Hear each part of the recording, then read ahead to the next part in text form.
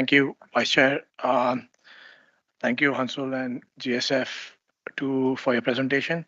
It's actually great to hear that 4 billion sort of a resource are channeled to climate technologies, and all the updates on the innovation window with 12 million specifically on the GSF financing specifically in technology innovation.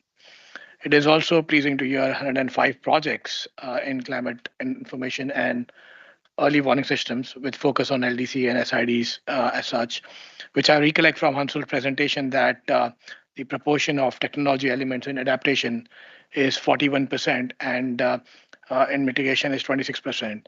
I have two queries first of all, and on the topic of blended finance specifically, which has been a topic in the last three COPs as such.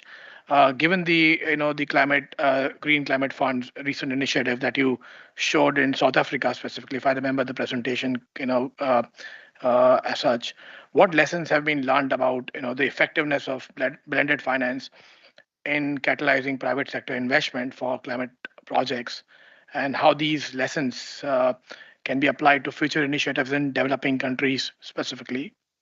And the second question is about the DPs that you mentioned.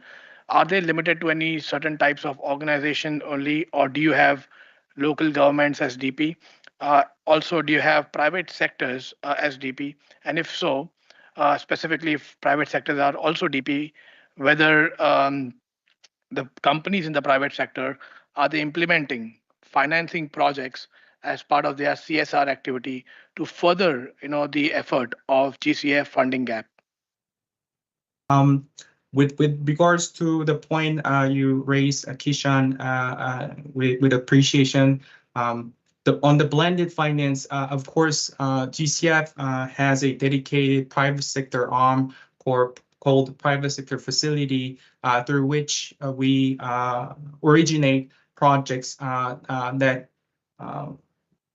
utilize concessional loan or different type of financial instrument to facilitate the mobilization of private sector capital into robust climate projects on the ground. The COP report also contains in great detail specific activities that we have conducted in partnership with private sector, which also include some of the projects where we have successfully utilized GCF's concessional loan, which was blended with the resources that were mobilized by our partners, including accredited entities.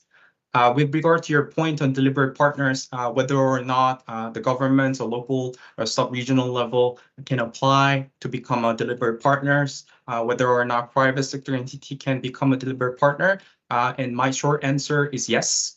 We actually have a number of delivered partners who come from these domains.